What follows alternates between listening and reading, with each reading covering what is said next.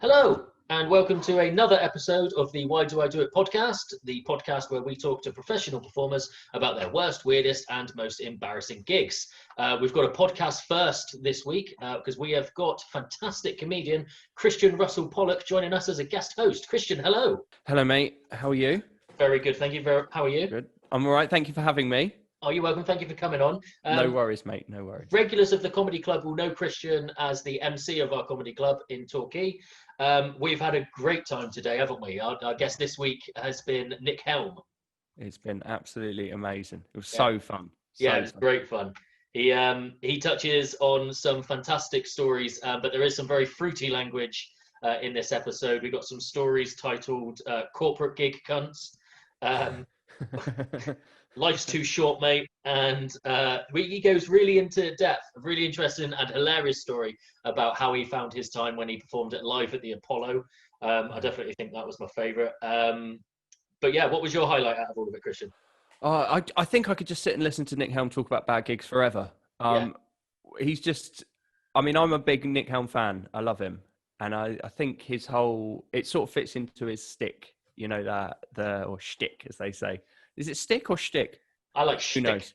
There's not enough words that are shitty, is there? No, it's true. School, shtick. And it sort of fits into his shtick of having bad gigs and stuff, like in ways that no other comedian it would really fit into their brand almost. Yeah. But he is obviously wonderful. Like, he's a wonderful talent. But talking about bad gigs, it's like, it's just hilarious. He's just like, when he gets on a roll, it's so good.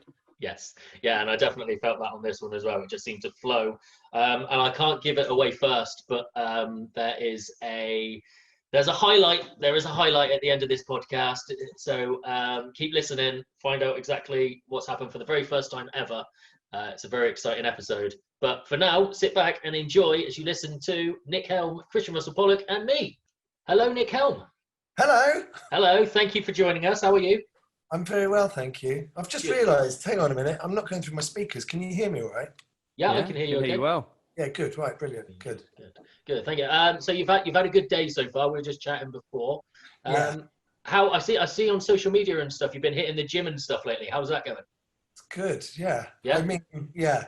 I'm 40 in a few weeks. And and this year, because of this year, I was really going to sort of like get myself into shape and make sure that when I turned 40, I was like the best I have been. Yeah. And then COVID happened, and I spent 6 months just sat around on my arse, and I got really fat. And I've been to the gym, and I'm eating properly, and I've lost like a load of weight, and yeah, it's really good. Get on. And are you feeling better and stuff for the food and things? Are you seeing results? Really good. Really good. Yeah, got loads of energy, and and I've still got another like 4 weeks to go until I've hit my goal. But yeah, it's good. Nice. Are you following a proper program and stuff? I've got like a personal trainer, and it's because I did a food show a couple of years ago, and I just went. It's called Eat Your Heart Out with Nick Helm. And I put on so much weight doing it. And just before I did the food show, I did like this weird sort of like film where I met people that got up early in the morning. So I met a farmer, and I met a fishmonger, and I met a personal trainer, but a boxer. And then I filmed this food show. And then as soon as the food show finished, I was just like, hey, I got on really well with that guy that does boxing. So I just phoned him up and I asked him to get me into shape. And then I started boxing for a year. And then, he's just basically sort of like takes me through it. I slept funny the other week. So I got a twinge in my neck. So I'm mainly stretching at the moment, but I get fucking exhausted just stretching. So it's like, fine. I do a few hours a week, and it's kind of, it's really good, yeah. I was going to say, if your main gripe is sleeping funny and a twinge in your shoulder, you're really embracing 40. Yeah, well, to be fair, this is almost the best shape I've been in my whole entire life. If I can just lose a little bit more weight, then I'm in the best shape I've ever been, which is sad. Right. Very sad. Well, I mean, it's good though. It's good, and it's all very positive. Unfortunately, though, that's not what this podcast is about. This is about the gigs that keep you awake at night, the worst horrible stories. Is there one that kind of sticks out in the front of your mind as your go-to weird, embarrassing gig story? I've got like a few. There was one that was an absolute fucking disaster, which was that haunted me for years until I realised that it wasn't actually my fault. But yeah. Do you want me to say it? Yeah, go on. I want to hear it. Yeah. Well, should we sort of like ease into it? Wait, oh God, how bad is it? I'm expecting this to be horrendous. Well, I've got like another one where I was meant to do. I just started doing stand-up, and I was doing a corporate gig in Manchester, and I hadn't really done any corporate stuff. And to be honest, I think they should have got someone more experienced. I'd been going like 2 years maybe, and maybe they should have got someone a bit more experienced, but they weren't paying very much. And so it was in the Holiday Inn in Manchester, and they put you up and they give you like a hotel room, and you travel up to Manchester, because I live in London, travel up to Manchester. I think I got paid something like 500 quid, which is better than any gig I'd ever had up to that point. But in terms of corporate stuff, people charge thousands for them, right? Yeah. So I was like bargain basement as it was. And the whole thing was you're in this big ballroom with a couple of hundred people. And I can't remember what the industry was, but it was sort of like it might have been sort of like the central heating industry or something like that. And you had to go on and basically it was an award ceremony where you just go through kind of like all of these people have won different awards within that industry. And I went up and I had to do sort of like an hour and a half. And it wasn't really, they had a script, but the script was really, really dry. And it was just kind of like, well, I don't really know why they've hired a comedian, because it's totally thankless. They didn't want you to do much more. It wasn't like, come on and do a 20-minute set. It was like literally host an award ceremony for an hour and a half. And is there swearing on this? Yeah, it's fine, yeah. So there's just sort of like a sea of drunk cunts that no one is listening to anyone, right? And so you're going up and you're saying, "No, put your hands together for best underfloor heating specialist," and no one's listening. Everyone's talking amongst themselves. They're all getting hammered. It's free alcohol, and they're coming up. And so then I just sort of like started just delivering it, like not sarcastically, but kind of like monotone. So I was trying to sort of like take like the because I think they wanted it to be like this glitzy thing, but nobody was taking it on that level. So then the only way you could really do it was to sort of semi-take the piss out of it a bit, and then hope that they all got on board. And so I would sort of like, every time someone came up, I said, "No, you've all got to fucking shut the fuck up and fucking, doesn't matter. When I read out the nominations, it doesn't matter if you've been listed or not. It doesn't matter if you win, but you're all going to clap every single person that comes up here." And so they were all like, "Yeah." And it just went on forever. And I ended up just being really sarcastic and not really what they wanted. And it honestly, it went on forever and ever. And it was in the ballroom of the Holiday Inn, and I was staying in the Holiday Inn. And so when I came off stage, I was with them all, right? And they hated me. And I'm in the bar, and I'm having a couple of drinks before I go to bed. And this guy comes up to me, and he says, he comes up and he's sort of like I'm on my own at the bar, and he comes up to me and just prods me in the arm. And he was sort of like this tough guy. And he said, if you'd have read my name out like that, like the way you did, I'd have fucking decked you. He said, if I'd have won and you'd have read my name out, I'd have fucking decked you. And I turned around and I said, "Yeah, but you didn't win, did you?" And he went, his like brain did a little glitch, and he went, "What?" "You didn't win, did you?" And he went, "No." And I said, "Fine." And then he panicked, and then he went, "Do you like football?" And I went, "No." And then I just carried on drinking. It's just like, "What do you mean? You've just threatened to beat me up, and then you followed up with, 'Do you like football? Like, you want to be my mate now?'" It was fucking crazy. So but that was like a really early on gig that was kind of, that was really terrible. Oh, that's funny. I love that. You hit him where it hurts. Clearly, you like hit his heating engineer status. Well, it was just sort of like, he just completely set it up. He came up to me all aggressive. Like, I was sort of like out of my depth, and I'd done the best job that I could possibly do under the circumstances. And they had me back the next year, to be fair. So, Fair play. Famous sarcastic awards host.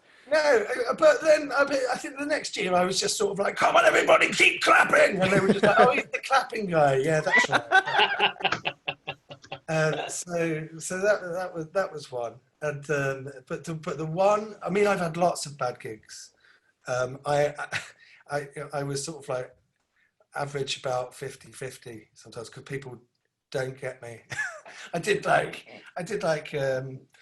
a gig at my favourite club, Always Be Comedy, and which is South London, and I was on with, this isn't the worst one, but I was on with Joel Dommett. I think it was like an all-day Edinburgh preview day. So they were doing like an hour of new material all day, just before we went up to Edinburgh.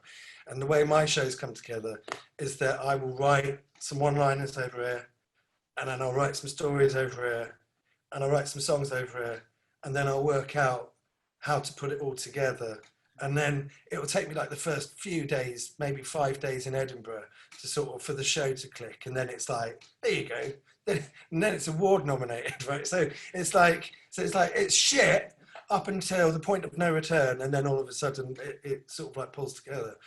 And so when people come and see my previews, they're always just like, what the fuck is this? You know? Like, audience members, other comedians look worried for me, because they're just like going, you've only got like a week until Edinburgh, you haven't got anything. And I'm like, yeah, I know. So I did this. I had to go on after Joel, and Joel is obviously doing really well now. He's probably the most hardworking comedian I've ever met, right? So you would gig with him, and he'd turn up at a gig and he'd be all like sweaty, and he'd come from another gig, and then he had like another 2 gigs to get to after the gig you went to, and so like he always worked so hard. And so to follow him on an all-day, he basically had a finished show, right? And people were just like, oh right, this is what it's going to be like. And I go on with like scraps of paper I've written all over my hands, and I've got like 61 liners, and I only need 5, and I'm going through them to work out which are the good ones. And people are sort of like, and it's a really nice club, so everyone was really on board. And then I don't know what happened, but this woman, half of a couple, just got up, and she just like stormed out, right? And I was just like, oh, I don't know what happened. And so there's like a little hiatus, and then her partner, he gets up, and he just looks at me and goes, yeah, mate, life's too short. And then he goes out, really, and I'm just sort of like, well, everyone else was sort of enjoying how shambolic it was. And there are these 2 people that obviously it wasn't polished enough for them, and they were like, we've come out for a polished evening of entertainment for £2.50, you know, and it's just kind of like, get what you fucking pay for with me. And so they're going, and I'm waiting for him to leave so that I can say something after he's gone, not about him, but just like, like, anyway. But he takes so long to leave. He takes like 3 minutes to leave, and then he stands in the doorway waiting for me to say something.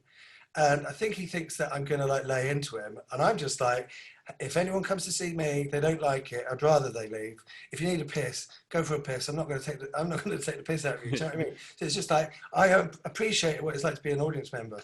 And he just he's just waited. He hovered in the doorway for a few minutes, and then he left. And then I said whatever it was that I said, and then he stuck his head back in again, and then he had to go at me. And then he left. And then I finished off the hour, and it was fine. And then I went downstairs, and Joel was still there, but I don't think he was in the room. And I went over to watch Joel unchain his bike, and we were not. Not like I went to watch him unchain his bike. Do you know what I mean? I had more going on in my life. Do you know what I mean? I walked into his bike as he was unchaining it, right? And we were there, and I had a girlfriend, and she was like the sweetest girl in the world, and as Joel was undoing his bike, the guy came over, and he went over to Joel, and I'm like a foot away from it, and he just said, "I just want you to know that was one of the best hours of stand-up I've ever seen. I thought it was absolutely incredible. You absolutely smashed that, you know." And Joel's like, "Oh, thanks very much." And then he turned around to me and he said, "I'm really sorry." And I said, "Oh, no, that's all right." He goes, No, I'm really sorry, but you've got to be the shittest act I've ever seen in my fucking life. I thought you were appalling." And my girlfriend was like, and I was just like, this is humiliating, because this is in front of my mate, right? Whilst he's unchaining his bike, your favourite thing to watch. My favourite thing to watch is my happy place, right? And while he's doing that, my girlfriend overhears, and she just turns around, and so she just turns into like a pit bull, and she goes, "Hey, you fucking cunt, leave him alone!" And the guy sort of like runs off, and it was just kind of like, it was lovely because you know, Joel didn't fucking stick up for me. He was sticking to his bike. It was incredible. It was incredible. Same, almost the exact same thing was that I did a 3-hander one-off night at where was it? A theatre down in fucking Holloway. Where was it? Anyway, I did this 3-hander with at the Lyric Theatre. It was at the Lyric Theatre, not Holloway, Hammersmith. And it was me, James Acaster, and Josh Widdicombe, and we'd done a show together in 2009. Mm-hmm. But the thing is that Josh was always destined to be kind of like mainstream, you know, primetime telly. He was destined to be like one of the big TV comedians, right? And that was always what he was like. James sort of did coherent material that was like, yeah, I mean, it took him a bit longer to find his feet, but because he tried lots of different things, but he was like a storyteller, right?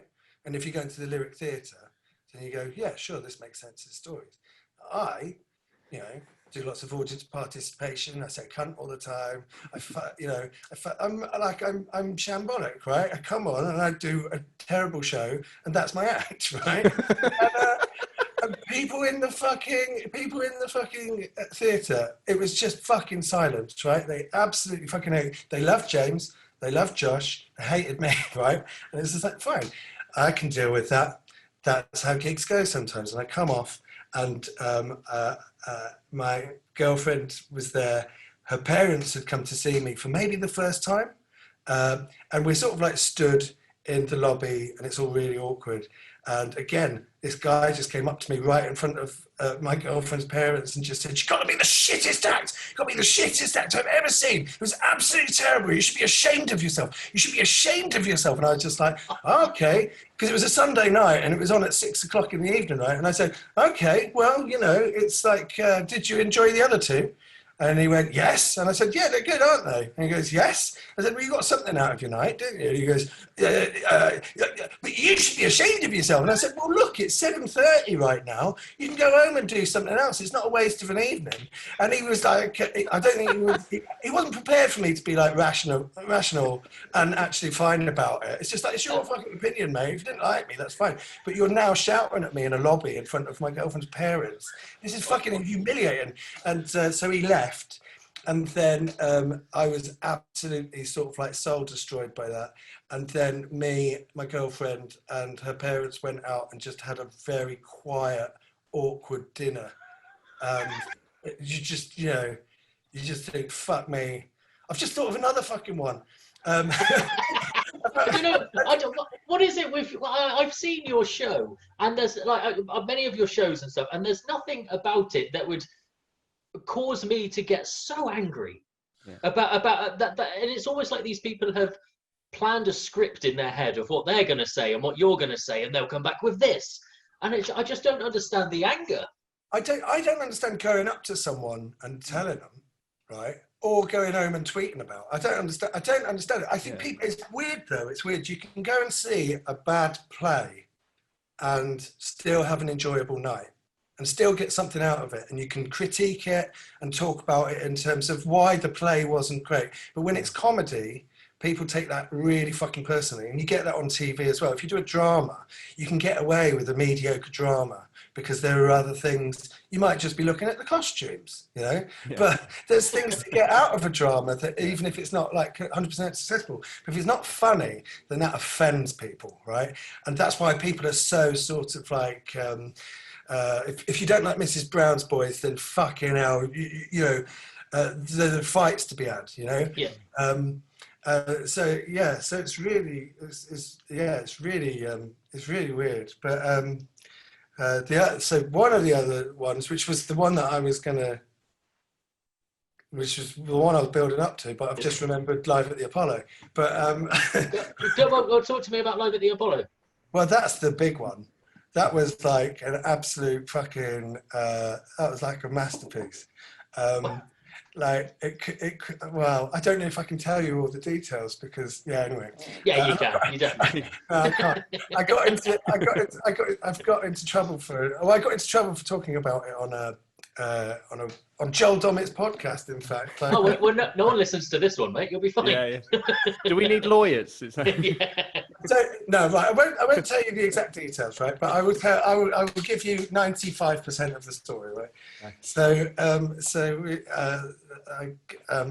I'm just about to turn 37, right? And Live at the Apollo is booked in for my for the last day of September, right? And so my birthday's on the 1st of October, and so the last day of September.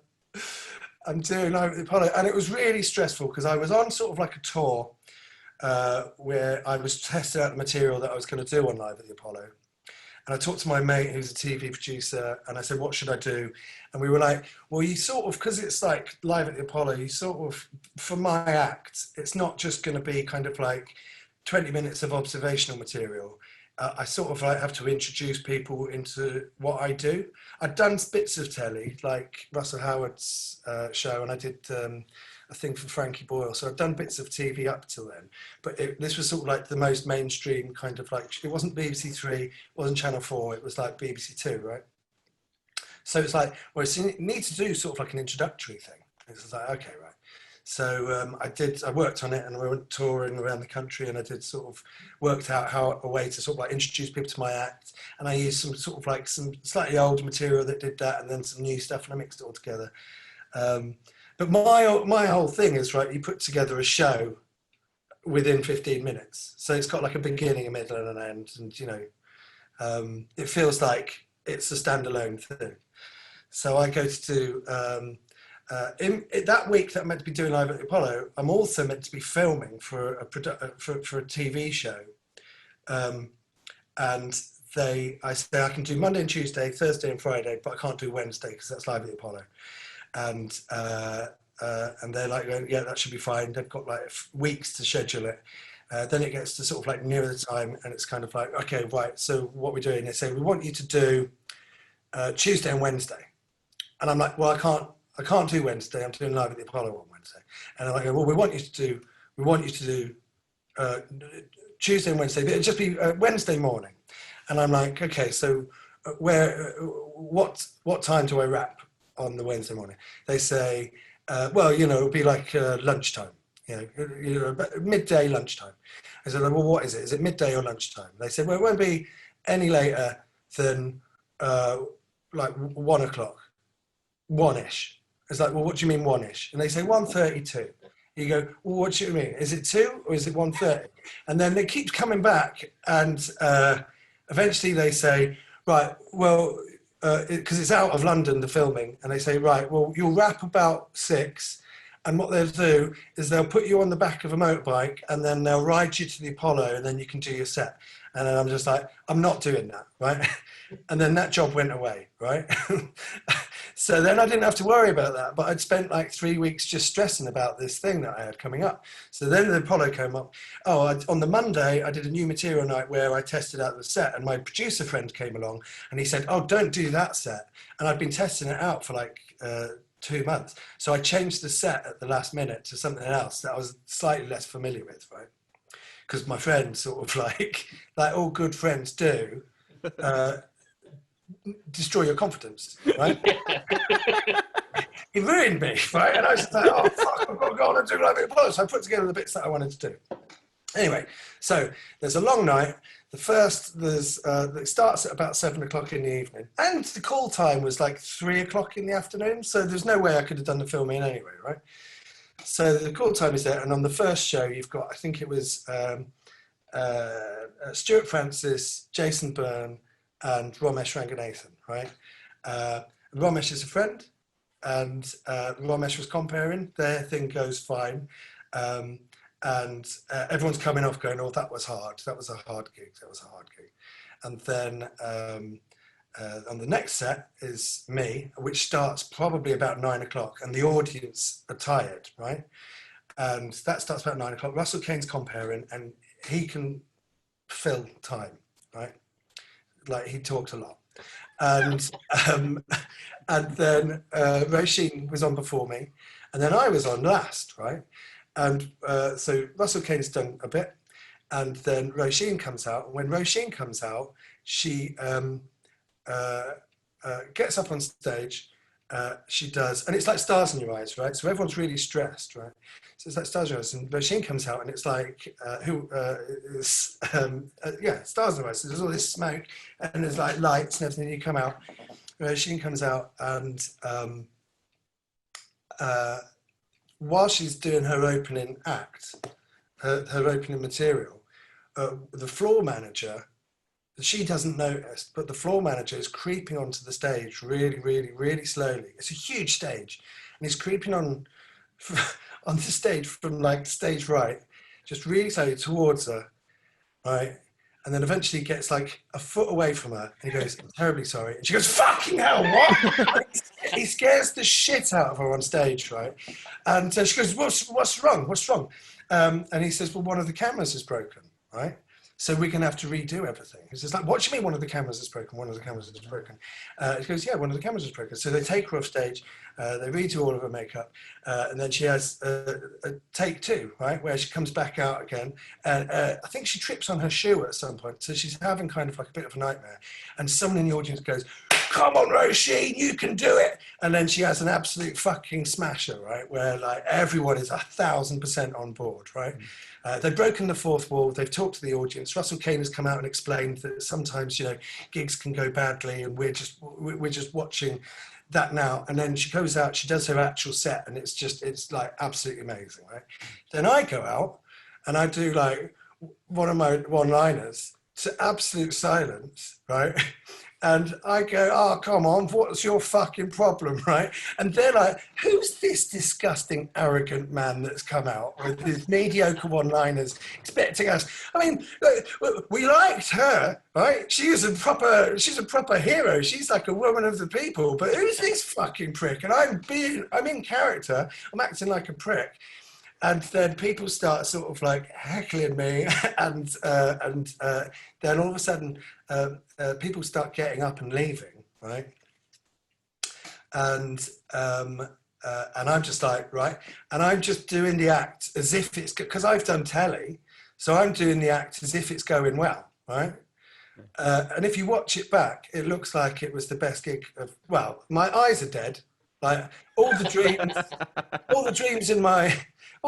that existed in my eyes have died, right? And I'm just on stage going, because I remember there was like a moment just before I went on at Live at the Apollo, was they said, you know, I was saying to myself, this is going to go well. And then as soon as I went out, I knew it was going to go very badly. And just as I was stepping out from the smoke and everything, I was just like, oh yeah, that's right, you're Nick Helm. Right, and it was just fucking, yeah, it was like, and then I look up and my mum is in the middle, she's in middle of the stalls, and I look up and her hands are covering her face and she's just shaking her head, and I think she might be in tears, but she's just far enough for me not to be able to make that out, but she's just the right distance to be absolute eye level with me while I'm on stage. Right, so I'm just watching my mum just like go, oh no, this isn't good, right? And then I do the whole act. It's like literally the performance of my life, because I'm not getting much from the audience and they don't like it. And just as I think you're meant to do something like 17 minutes, right? And just as there's a big digital clock at the front, and just as I'm leaving the stage, it says 17:01, and I'm just like, I did my fucking time, and I went off. And then you go backstage, and no one really wants to talk to you because you've just had a fun. Anyway, it's my birthday the next day. Nobody wants to talk to you. It's like you've got like the plague, right? And I was just like, right, I've got to go back. I've got to go into the green room. Right? Because if I don't go to the green room, then it's like I've run away with my tail between my legs, right? I did my act. I did what I was booked to do. The act went the way it normally did. It just so happened that on that night, there was 3,000 people in the room that didn't like it, right? So the next day, so I'm in the green room, or I'm in the theatre bar having drinks, and no one really wants to look at me. And then Roisin just crosses over, and then she tells me that her sister loved me and thought I was there. And then it's just like, oh my God, Roisin was just amazing to me that night. She was great. And in actual fact, when that episode aired, we were both so nervous that we went to the theatre together to watch Cats, the musical. And fucking,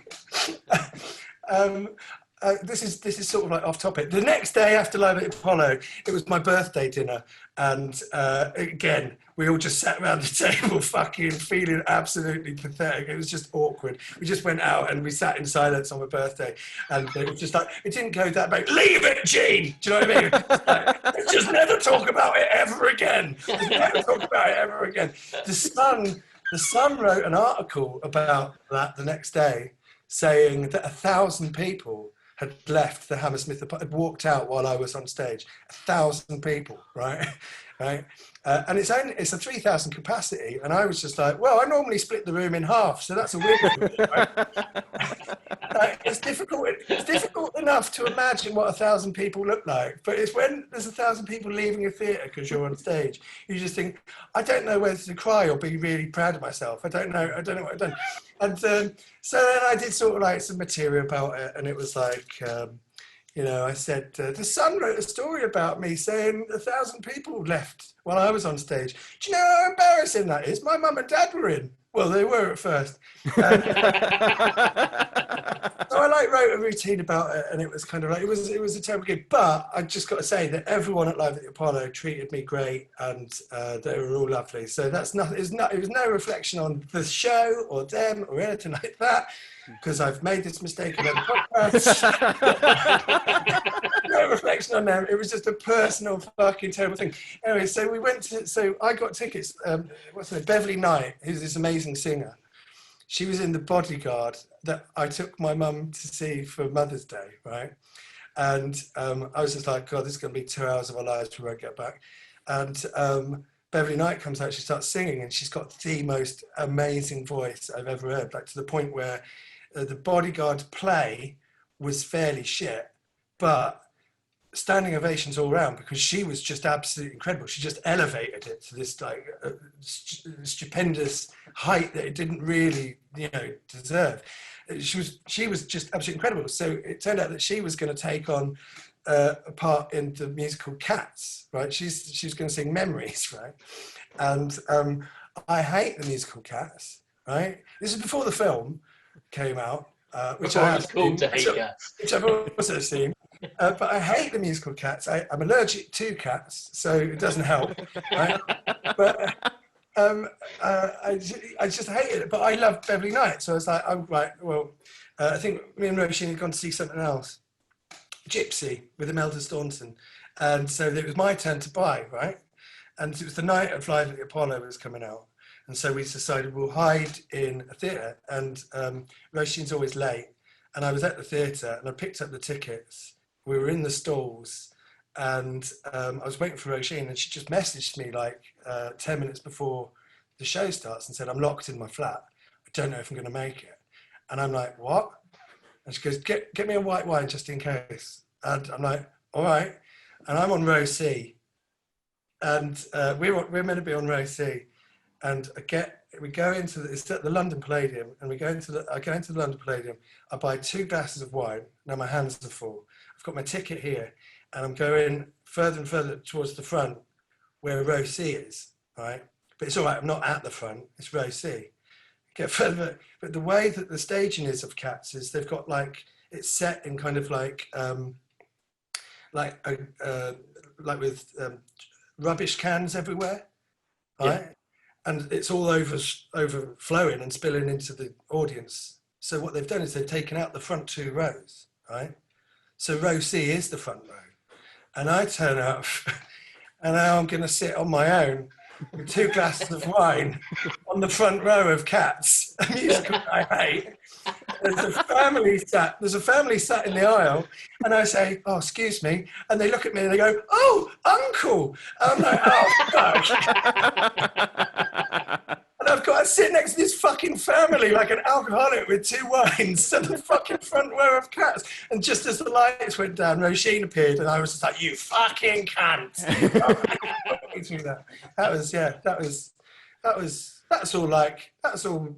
That's all rolled into one story. Brilliant.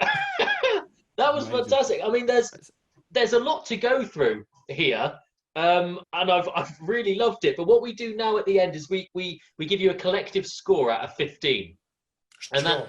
that score is based on 3 counts. So first of all, we'll look at the story's cringeworthiness, and I'll tell you now, it's a high score. It's got to be. 1,000 people. Yeah, it's unbelievable. That's a solid. It's new levels for this podcast by a lot. I mean, I normally gig in front of 60 people. You know, do you know what I mean? So like 1,000 people is just like, I can't even imagine gigging in front of 1,000 people, let alone that many people walking out of joke. So we got, right, okay. I mean, it's a collective score out of 15. So the cringeworthiness, you're definitely getting a 5 out of 5 for the cringeworthiness. Mental scars, I mean, you seem to be holding on to these quite well, but you found I got a sense of enjoyment out of them as well from you. I think it's funny. I just think if you put any other comedian, every time another comedian does Live at Apollo, they put their pictures up going, had a lovely gig, Live at the Apollo, here's a picture of my dressing room door with a star. And it's just like, yeah, absolutely. Of course, that's how everyone else approaches Live at the Apollo. But for me, it was the worst gig I've ever had. And it exists forever. They repeat it on Dave all the fucking time. I did a gig in Cardiff where I like smashed the living fuck out of it. It was when I was on tour. It was on a Sunday night. I was on tour, smashed the living fuck out of it. It was brilliant. And I came off stage and I looked at Twitter, and there was half people telling me what an amazing gig it was, and half people telling me I'm the shittest comedian that they've ever seen. And I was just like, Apollo's been on Dave. That's what's happening. Yeah. Well, I mean, also, do you think that's part of like that's what the fans? It's part of the Nick Helm like folklore almost. Like the fans, because I love like listening to your stories. I absolutely love it, and that's. I think if it had gone well, what are you going to talk about? Yeah, you're just another one of them. Another one of them blowhards. Another one of them successful comedians. That's the thing, because Joel did. I'm a Celebrity, and then that absolutely changed his life. And then they phoned me and they said, "Do you want to do I'm a Celebrity?" And there's like 10 seconds where you go, work for Joel, and then you go, I'm not Joel Dommett, I'm Nick Helm. I'd be the first one booted out. It would absolutely destroy my career. I'd come out of it poorer than I went in. Terrible. Do you know what I mean? But there is sort of like this little glimmer that you go, what if I was another comedian? It would be great, wouldn't it? You didn't fancy. Well, so when did you get offered I'm a Celeb then? Was that this year when it was in Wales?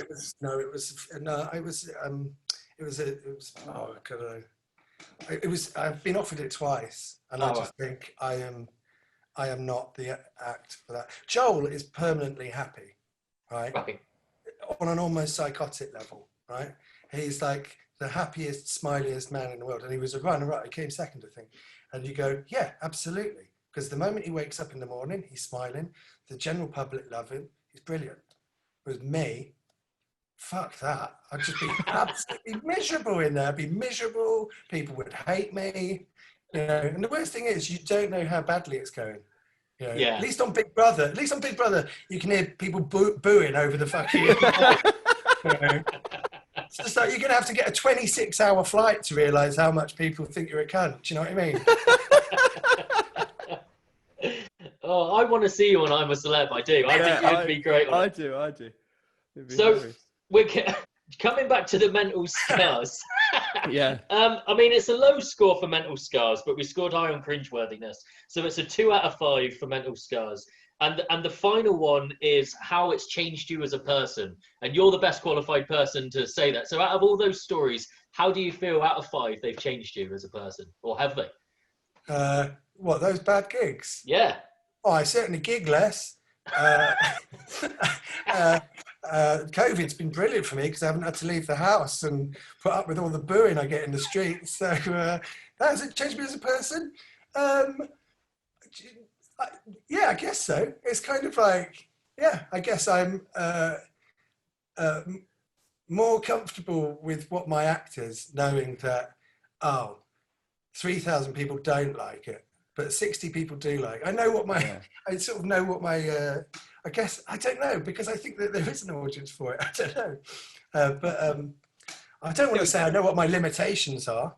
I just think, there was so much YSL in that show.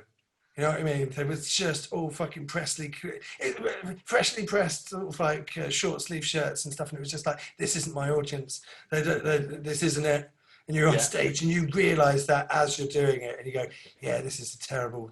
I think it's kind of like, yeah, I don't think I'm to blame. I think it's, a lot of comedians say it's never the audience's fault. It's always the comedian's fault. But that's not true. It was 100% the audience's fault that night, and I hope every single fucking one of them has a fucking sleepless eternity, tossing and turning over what they did to that poor little boy in front of his mum. I hope they feel bad about the way they treated me every single fucking night, because I've done that gig. I've done that act in front of lots of other audiences, and a lot of them did like it. Yeah. I almost feel after that I need to increase your mental scars. Yeah, I was just thinking that. Totally mentally scarred by it. Yeah, I was thinking 2 out of 5. I didn't want to say anything, Ben.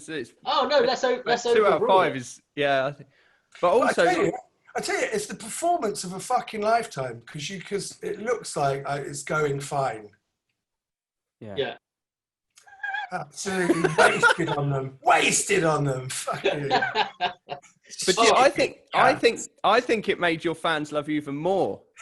I do. I think, like, because your fans are so, like, I've been and seen you a few times, and like they love, absolutely, like real Nick Helm fans absolutely love you. And I think that's what I said. It all fits into that. Yeah. I don't know, like you say, like it's only could happen to Nick Helm. Well, you get a lot of fans that sort of like someone early on in their career, and then when they get big, they're just like, I liked him before he was famous. And the thing about me is, I've never got famous, so I've got all the same fans that liked me 15 years ago. They don't have that leg to stand on. They can't say I liked him before he was famous because it never happened. Is there a collective name for Nick Helm fans? Like, you've got Believers and stuff. Have you got a name for your fan group? My band is called the Helmets, and that's sort of what my fans are called as well, the Helmets. But I think that is also incredibly fucking self-righteous to fucking give your fans a fucking nickname. But I do love them. I do love my fans very much. They're very supportive and great. Big shout out to all the Helmets out there. We've oh god, that sounded wrong, didn't it? I didn't mean that. Right, straight back to how it's changed you as a person. Is this a mid-level score then? Would a 3 be safe, would you say? Has it changed me as a person? You've got to give it a 5. A 5? Oh, fantastic. Yeah. I think it could be the first full score, Ben. I think it's it is an absolute first, but this is a 15 out of 15 altogether. Yeah. This is good or bad. Well, we I don't think it's actually great. know. It shows it's entertaining. It's brilliant. It's what.